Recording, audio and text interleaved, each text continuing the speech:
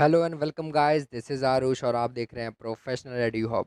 Guys, आज की इस वीडियो में हम बात करने वाले हैं स्टॉक मार्केट के बारे में। स्टॉक मार्केट के बारे में आप लोगों के लिए जानना क्यों ज़रूरी है, स्टॉक मार्केट के अंदर शेयर्स में ट्रेडिंग कैसे की जाती है, किन चीज़ों की रिक्वायरमेंट होती है, स्टॉक मार्केट के अंदर फंक्शनिंग कैसे होती है और कुछ ऐसे टेक्निकल टर्म्स जिन्हें हम अपने डेली लाइफ में सुनते हैं, न्यूज़ में देखते हैं, न्यूज़पेपर में पढ़ते हैं। तो इन्हीं सारी बातों को आज हम ध्यान में रखते हुए इस वीडियो को करते हैं स्टार्ट। तो गाइस, सबसे पहले मैं आपको ये बताऊं कि स्टॉक मार्केट के बारे में आपको जानना ज़रूरी क्यों है। क्योंकि आपको पता है, सेविंग अकाउंट में जब आप पैसा इन्वेस्ट करते हैं और डिपॉजिट करवाते हैं तो आपको सम अराउंड 4 to 5% का इंटरेस्ट मिलता है पर एनम, जो कि बहुत ही कम है। इसके कंपैरिजन में अगर आप स्टॉक मार्केट के बारे में थोड़ा सा ज्ञान लेके, थोड़ी सी नॉलेज लेके और थोड़े से चीज़ों को एनालाइज ऑब्जर्व करके, फंडामेंटल एनालिसिस करके अगर इन्वेस्ट करते हैं तो आप इससे कहीं ज़्यादा गुना, फॉर एग्ज़ाम्पल 12 to 18% रिटर्न आराम से आप अर्न कर सकते हैं। ये बहुत ही बेसिक मैं आप लोगों को बता रहा हूँ, राइट। क्योंकि ये कोई बहुत ज़्यादा रिटर्न ऑफ अमाउंट नहीं है। 12 से 18 और 15% के आसपास की रिटर्न बहुत आराम से मिल जाती है अगर आप लोगों को थोड़ा सा उसका फंडामेंटल का नॉलेज हो तो गाइस, पहला रीज़न तो ये हो गया कि हमें कंपाउंडिंग ग्रोथ मिलती है स्टॉक मार्केट में पैसे को इन्वेस्ट करने के बाद, राइट। दूसरा ये होता है कि लिक्विडिटी तो होती है, जैसे बैंक कभी भी आप चाहें तो अपने शेयर्स को बेच सकते हैं, बट रिटर्न ऑफ इन्वेस्टमेंट जो है वो आपको बहुत ज़्यादा मिलती है। दूसरी चीज़ ये कि कुछ लोगों का कहना है कि stock market is a pure gambling. मैं भी कहता हूँ stock market is a gambling, but ये कसिनो की गैम्बलिंग से बिल्कुल डिफरेंट है। कसिनो में जो गैम्बलिंग होती है वो कम्प्लीटली बेस्ड होती है आपकी डेस्टिनी, आपके लक के ऊपर, आपकी नॉलेज काम नहीं आती। लेकिन जो स्टॉक मार्केट की गैम्बलिंग है ये कम्प्लीटली डिपेंड करती है आप कितना अच्छे से कंपनी के फंडामेंटल्स को एनालाइज कर पाते हैं, टेक्निकली कैसे एनालाइज कर पाते हैं। ये कम्प्लीटली डिपेंड है आपकी नॉलेज अंडरस्टैंडिंग के ऊपर। ये डेस्टिनी का यहाँ पे कोई काम नहीं होता। तो गाइस, स्टार्ट करते हैं हम कि स्टॉक मार्केट जो टर्म है ये एक्चुअली है क्या। मार्केट आप सबको पता है कि एक ऐसा प्लेस जहाँ पे बायर और सेलर मिलते हैं और एक दूसरे की रिक्वायरमेंट के अकॉर्डिंग प्रोडक्ट बाय और सेल करते हैं। अब हम समझते हैं व्हाट इज़ स्टॉक। स्टॉक का मतलब आप ऐसे समझिए, लेट्स सपोज मुझे एक कंपनी खोलनी है, ABC प्राइवेट लिमिटेड। अब तीन लोग मिले, A, B एंड C। तीनों ने 1-1 लाख रुपए डिपॉजिट करवाया, इनिशियल कैपिटल 3 लाख रुपए हो गए, राइट। अब 3 लाख डिवाइड बाय 30,000 शेयर। एक शेयर की फेस वैल्यू अगर 10 रुपये है तो 3 लाख को अगर 10 से डिवाइड करेंगे तो 30,000 शेयर्स आ गए। अब ये शेयर्स क्या हैं? ये शेयर्स कंपनी की एसेट्स में, आप बोल सकते हैं कंपनी की एसेट्स में एक हिस्सेदारी है जो हम आउटसाइडर को दे सकते हैं। और ये कंपनियां एक शेयर दे के थोड़ी सी हिस्सेदारी अपने इन्वेस्टर, अपने शेयर होल्डर को दे देती है। अब ये हिस्सेदारी मिलने की वजह से शेयर होल्डर के पास कौन कौन से राइट आते हैं, उसको क्या फ़ायदा होता है ये शेयर्स खरीदने की वजह से। गाइस, सबसे पहली चीज़ कि कंपनी की जो भी प्रॉफिटेबिलिटी होती है, कंपनी को जो भी प्रॉफिट होता है उसके अंदर उस शेयर होल्डर को हिस्सेदारी मिलती है, पहली चीज़। दूसरी चीज़, टू द लिमिटेड एक्सटेंट जो शेयर होल्डर है वो कंपनी के मैनेजमेंट के अंदर इंटरफेयर कर सकता है। फॉर एग्जांपल, जैसे कंपनी को अगर डिविडेंड डिक्लेयर करना है तो बोर्ड ऑफ डायरेक्टर के पास पावर होती है डिविडेंड को रेकमेंड करने की। बट जो शेयर होल्डर्स हैं वो अप्रूव करते हैं जनरल मीटिंग में कि डिविडेंड देना है या नहीं देना। इसी तरीके से अगर फाइनेंशियल रिजल्ट कंपनी अपने अप्रूव करवाना चाहती है तो उसके लिए भी शेयर होल्डर की परमिशन की रिक्वायरमेंट होती है। ऑडिटर की अपॉइंटमेंट, री अपॉइंटमेंट, डायरेक्टर की अपॉइंटमेंट, री अपॉइंटमेंट, ये सारी चीज़ें जो होती हैं उसके अंदर अप्रूवल रिक्वायर्ड होती है शेयर होल्डर्स की। तो इसके साथ साथ आपको प्रॉफिट भी मिलता है और मैनेजमेंट के अंदर हिस्सेदारी भी मिलती है कुछ लिमिटेड एक्सटेंट तक। तो गाइस, ये तो हो गया स्टॉक। अब हम बात करते हैं स्टॉक्स कितने टाइप के होते हैं, क्योंकि ये जानना भी हमारे लिए बहुत ज़रूरी है। अब हमने ये तो समझ लिया कि स्टॉक्स किसे कहते हैं। ये वो पार्ट होता है जो कंपनी के अंदर आपको हिस्सेदारी दिलाता है और इस हिस्सेदारी की वजह से आपको डिविडेंड और थोड़ा सा मैनेजमेंट में पार्टिसिपेट करने का राइट मिलता है। दूसरी बात, अब हम ये समझते हैं कि स्टॉक कितने टाइप के होते हैं। तो गाइस, नॉर्मली अगर मैं स्टॉक की बात करूं तो स्टॉक दो टाइप के होते हैं। एक होता है हमारा इक्विटी स्टॉक्स, इक्विटी शेयर्स। दूसरा होता है हमारा प्रेफरेंस शेयर। अब इक्विटी शेयर क्या होता है गाइस? इक्विटी शेयर जो होता है जिन लोग जो कंपनी के इक्विटी शेयर वालों को हम कम्प्लीटली कंपनी के ऑनर्स बोलते हैं, जिनके पास सारे राइट्स होते हैं, हर मैटर में वोट करने का राइट होता है, यही मैनेजमेंट को कंपनी के देखते हैं। दूसरे जो होते हैं वो हमारे प्रेफरेंस शेयर होल्डर होते हैं, जिनको प्रेफरेंस दी जाती है, उनसे पैसा लेके उनको हिस्सेदारी दी जाती है और सिर्फ उनको अपने प्रॉफिट में इंटरेस्ट होता है। तो कंपनी उनके पैसे को अपना यूज़ करती है प्रोजेक्ट के लिए या किसी भी पर्पज़ के लिए, और उनको अपने प्रॉफिट का एक फिक्स अमाउंट हर साल देती रहती है। इस जो प्रेफरेंस शेयर होल्डर्स होते हैं वो कुछ मैटर्स के अंदर सिर्फ वोटिंग कर सकते हैं। फॉर एग्जांपल, अगर कंपनी वाइंडिंग अप में जा रही है तो उनके पास वोटिंग का राइट आ जाता है, या फिर अगर उनका राइट डायरेक्टली अफेक्ट होता है किसी भी तरीके से कंपनी के डिसीजन लेने की वजह से, तो इस केस में भी वो वोटिंग कर सकते हैं। बाकी जो दूसरे केसेस हैं उन केसेस में उनको वोटिंग करने की पावर नहीं दे रखी होती। लेकिन इक्विटी शेयर जो होते हैं, इक्विटी शेयर होल्डर कंपनी के प्योर ऑनर्स होते हैं, हर चीज़ में पार्टिसिपेट करने का राइट है। और एक बात और, जो प्रेफरेंस शेयर होल्डर होते हैं वो इक्विटी वालों के ऊपर प्रेफरेंस लेते हैं। इसका मतलब ये है कि जो डिविडेंड प्रॉफिट बटेगा वो सबसे पहले प्रेफरेंस वालों को बढ़ता है, उसके बाद जब बचता है तो वो इक्विटी वालों को दिया जाता है। तो ये तो हमने बात कर ली कि स्टॉक्स कितने टाइप के होते हैं। अब गाइस बात करते हैं कि जो स्टॉक एक्सचेंज है इंडिया में कितने टाइप के हैं, राइट, इंडेक्स क्या होते हैं। तो अगर मैं आपको अप्रॉक्सीमेट बताऊं तो इंडिया में stock exchange some around 23 to 25 stock exchange है, जिसके अंदर दो हमारे nation wide trading terminal hold करते हैं। एक हमारा नेशनल स्टॉक एक्सचेंज, दूसरा हमारा बॉम्बे स्टॉक एक्सचेंज। जो बॉम्बे स्टॉक एक्सचेंज है वो नेशनल स्टॉक एक्सचेंज से काफ़ी पुराना है, बहुत ज़्यादा पुराना है। लेकिन जो हमारा एनएससी है, नेशनल स्टॉक एक्सचेंज, इसने बहुत ज़्यादा पॉपुलैरिटी बहुत ही जल्दी गेन कर ली है और वो पूरी तरीके से compete करता है। तो अब दोनों के अंदर कोई फ़र्क है नहीं, राइट। ये दोनों stock exchange nation wide trading terminal hold करते हैं। बाकी जितने भी स्टॉक एक्सचेंज है वो सारे के सारे रीजनल स्टॉक एक्सचेंज है, स्टॉक स्टेट वाइज वो डील करते हैं।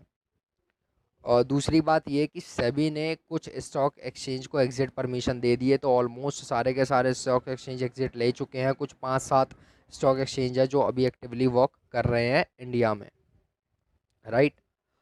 अब गाइस हम बात करते हैं, आपने निफ्टी 50 के बारे में सुना होगा, सेंसेक्स के बारे में सुना होगा, ये क्या होता है।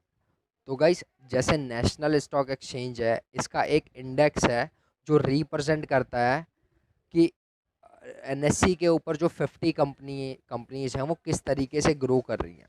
फॉर एग्जांपल, जब हम बात करते हैं निफ्टी 50 की, तो हम बात करते हैं एनएससी के इंडेक्स की, मतलब एनएससी के अंदर कितनी ग्रोथ अप हो रही है या कितना डाउन हो रहा है। जो निफ्टी के अंदर 50 कंपनीज हैं, ये डिसाइड की जाती है कंपनी के मार्केट कैपिटलाइजेशन के बेसिस पे। क्या ये कंपनियां कम या ज़्यादा ऐड या डिलीट हो सकती हैं? कंपनियां निफ्टी के अंदर 50 ही रहेंगी, लेकिन कंपनियों का जो सीक्वेंस है वो चेंज हो सकता है। फॉर एग्जांपल, अगर आज के टाइम में आईसीआईसीआई बैंक है, डाबर है, रिलायंस है, इन्फोसिस है, टीसीएस है, तो क्या ये परमानेंट निफ्टी 50 के अंदर रहेंगी? ऐसा नहीं है गाइस। अगर किसी भी कंपनी की मार्केट कैपिटलाइजेशन या उस कंपनी के अंदर बहुत ज़्यादा ट्रेडिंग हो रही है, तो उस कंपनी का नंबर आ जाएगा और उसकी सीक्वेंस चेंज हो जाएगी, वो निफ्टी 50 में ऐड हो जाएगी। जिस कंपनी के अंदर थिन ट्रेडिंग हो रही है या बहुत ज़्यादा कम ट्रेडिंग हो रही है या ना के बराबर ट्रेडिंग हो रही है, तो वो कंपनी निफ्टी 50 से फॉर टाइम बिंग बाहर चली जाएगी। फिर जब दोबारा से उसके शेयर्स में ट्रेडिंग होना चालू होगी तो फिर वो दोबारा से ऐड कर ली जाएगी। तो इस तरीके से सीक्वेंस चेंज होता रहता है मार्केट कैपिटलाइजेशन के बेसिस पे। अब क्वेश्चन ये आता है कि व्हाट इज़ मार्केट कैपिटलाइजेशन। तो गाइस मार्केट कैपिटलाइजेशन को हम कैलकुलेट करते हैं total number of outstanding share in the market, मतलब मार्केट में कितने लोग उस कंपनी के शेयर होल्ड करते हैं, इनटू में करंट मार्केट प्राइस क्या चल रहा है। जब हम इसको इनटू करते हैं तो हमें ये पता चल जाता है कि वो पर्टिकुलर कंपनी अपने सेक्टर में कितनी बड़ी मार्केट को कैप्चर करके बैठी है। This is called market capitalisation. अब हम गाइस बात करते हैं, हमने निफ्टी 50 तो हमने समझ लिया कि एनएससी का इंडेक्स है, अगर ये ऊपर जाता है तो हम कहते हैं मार्केट ऊपर जा रही है, ये अगर नीचे जाता है तो हम कहते हैं मार्केट नीचे जा रही है। अब गाइस इसी तरीके से जो हमारा बॉम्बे स्टॉक एक्सचेंज है बीएससी, तो इसके अंदर हमारा जो डील करता है वो इसका इंडेक्स है सेंसेक्स। अब सेंसेक्स के अंदर टॉप 30 कंपनी को इंक्लूड किया जाता है, वो भी सेम एज एनएससी। इसके अंदर टॉप 30 कंपनीज को रखा गया है और इन कंपनीज़ की भी सेम सीक्वेंस चेंज होती है, इनकी मार्केट कैपिटलाइजेशन इनकी ट्रेडिंग के बेसिस पे। जैसे जैसे कंपनी की ट्रेडिंग बहुत ज़्यादा बढ़ती है तो सीक्वेंस ऊपर या नीचे होती रहती है। सेंसेक्स हमारा ऊपर जाता है तो हम कहते हैं कि हमारी मार्केट अप जा रही है, सेंसेक्स नीचे जाता है तो हम कहते हैं मार्केट हमारी बियरिश हो रही है, नीचे जा रही है। तो इस तरीके से हम मार्केट में आइडिया लेते हैं कि कैसे अप जा रही है, डाउन जा रही है। और गाइस ऐसा नहीं है कि निफ्टी ऊपर जा रही है तो उस पर किसी भी पर्टिकुलर सेक्टर की कंपनी वो ऊपर ही जा रही होगी। बहुत बार ऐसा होता है निफ्टी 50 के ऊपर जाने के बाद भी बहुत सारी इंडस्ट्रीज ऐसे होती हैं उस निफ्टी में उन कंपनीज के होने के बाद भी उस पर्टिकुलर इंडस्ट्री की दूसरी कंपनियां नीचे जा रही होती हैं। तो गाइस ये एक ओवरऑल अप्रॉक्सीमेट एस्टिमेटेड डेटा देता है कि हाँ हम ये कह सकते हैं कि अगर निफ्टी या सेंसेक्स ऊपर जा रहा है तो हमारी मार्केट ऊपर जा रही है, निफ्टी या सेंसेक्स नीचे आ रहा है तो हमारी मार्केट नीचे आ रही है। अब गाइस हमने ये तो जान लिया कि इंडेक्स क्या होते हैं, स्टॉक एक्सचेंज कितने हैं। अब हम ये जानते हैं कि लेट्स सपोज आपने शेयर परचेज करना है, शेयर बाय या सेल करना है, तो आपको ये पता होना चाहिए कि शेयर बाय और सेल स्टॉक एक्सचेंज के मैकेनिज्म में किस तरीके से वर्क करता है। मतलब बाय और सेल करते हैं तो कौन से ऐसे डिपार्टमेंट हैं या क्या ऐसा मैकेनिज्म यूज़ होता है जिससे शेयर बाय और सेल हो जाते हैं। तो गाइस मैं आपको बताऊं, जब कभी भी हम शेयर बाय या सेल करते हैं स्टॉक एक्सचेंज के थ्रू, तो बीच में जो क्लियरिंग का काम होता है वो क्लियरिंग कॉरपोरेशन करता है। इंडिया में वैसे तो 7 क्लियरिंग कॉरपोरेशन है, बट जो सबसे फेमस हमारे हैं, पॉपुलरिटी जो पॉपुलर है, जो ज़्यादा यूज़ होते हैं, वो हमारा है national security clearing corporation of India, और दूसरा हमारा इंडियन क्लियरिंग कॉरपोरेशन लिमिटेड। ये दो क्लियरिंग कॉरपोरेशन है। जब भी आप शेयर बाय या सेल करते हैं तो बायर को शेयर्स उसके डीमेट अकाउंट में और सेलर को जो फंड है उसके ट्रेडिंग अकाउंट में मिल जाता है इन्हीं क्लियरिंग कॉरपोरेशन की वजह से। तो अभी करंटली है तो 7, लेकिन 2 जो हैं वो बहुत ज़्यादा यूज़ होते हैं और बहुत ज़्यादा पॉपुलैरिटी गेन कर चुके हैं, तो इन्हीं के बारे में बात होती है, राइट। अब गाइस आपने शेयर परचेज़ कर लिया तो अब हमें ये भी पता होना चाहिए कि मार्केट में डिलीवरी किस तरीके से होती है, डिलीवरी कितने टाइप की होती है। तो अगर हम बात करें कि अगर आपने शेयर परचेज़ किया है तो एक तो होती है हमारी स्पॉट डिलीवरी, जो कि हम कह सकते हैं कि जैसे आज आपने ट्रांजैक्शन की तो सेम डे या नेक्स्ट डे आपके अकाउंट में शेयर आ जाते हैं और जो सेलर है उसके अकाउंट में फ़ंड चला जाता है। यानी अगर आज आपने, लेट्स सपोज आज 29th है, 29th ऑफ जुलाई है, तो आज अगर आपने ट्रेडिंग करी है तो आज या फिर कल तक आपके अकाउंट में शेयर आ जाएंगे। दूसरा होता है गाइस हमारा हैंड डिलीवरी, और उसी तरीके से तीसरा होता है हमारा स्पेशल डिलीवरी। स्पेशल डिलीवरी के अंदर क्या होता है, जो भी डिसाइडेड डेट होती है उसके बियॉन्ड स्टॉक एक्सचेंज डिसाइड करता है कि कौन सी डेट पे उनके शेयर ट्रांसफ़र करने चाहिए। वो कुछ बड़े बड़े केसेस में, स्पेशल केसेस में किया जाता है, तो वो स्पेशल डिलीवरी होती है, राइट। अब सबसे इम्पॉर्टेंट चीज़ हमारे लिए ये जानना ज़रूरी है कि मार्केट के अंदर एंट्री कैसे करें, शेयर परचेज कैसे करें, सेल कैसे करें। तो गाइस इसके लिए आपको रिक्वायरमेंट होती है एक ब्रोकर को चूज़ करने की। अब ब्रोकर हमारे पास आपको पता है इंडिया में कितने सारे हैं, ज़ेरोदा है, एलिस ब्लू है हमारा, फिर अपस्टॉक है, और आपका शेर खान है, बहुत सारे ब्रोकर्स हैं। तो आपको 2 अकाउंट की रिक्वायरमेंट होती है, एक होता है हमारा ट्रेडिंग अकाउंट, दूसरा होता है हमारा डीमेट अकाउंट। जो डीमेट अकाउंट होता है वो हमारा ओपन होता है डिपॉजिटरी के पास, ट्रेडिंग अकाउंट ओपन होता है हमारा ब्रोकर के पास। अब डिपॉजिटरी क्या होती है, गैस डिपॉजिटरी इंडिया में 2 हैं, एक है हमारा NSDL, एक है हमारा CDSL। अब ये 2 डिपॉजिटरी हैं जो NSE और BSE में जितने भी शेयर बाय और सेल करे जाते हैं, ये इनका कंप्लीट डेटा इन्हीं के पास होता है। आप अगर सेल करेंगे तो आपके अकाउंट में जो फंड आएगा वो आता है आपके ट्रेडिंग अकाउंट में। अब जब आप बाय करते हैं तो शेयर्स आपके कहाँ जाते हैं, वो जाते हैं आपके डीमेट अकाउंट में NSDL और CDSL के पास, राइट। तो गाइस ये तो हो गए हमारे टेक्निकल टर्म्स की, हमने स्टॉक्स के बारे में जान लिया, हमने ये भी जान लिया कि स्टॉक्स कितने टाइप के होते हैं, स्टॉक्स के साथ कौन कौन से हमें राइट मिलते हैं। फिर हमने ये जान लिया कि क्लियरिंग का काम कैसे होता है स्टॉक एक्सचेंज में। हमने ये भी देखा कि डिलीवरी कैसे की जाती है, कितने टाइप की डिलीवरी होती है। अब स्टॉक मार्केट में एंट्री कैसे की जा सकती है, तो आपको पता चल गया कि डीमेट अकाउंट और ट्रेडिंग अकाउंट के थ्रू हम स्टॉक मार्केट में डीलिंग करते हैं।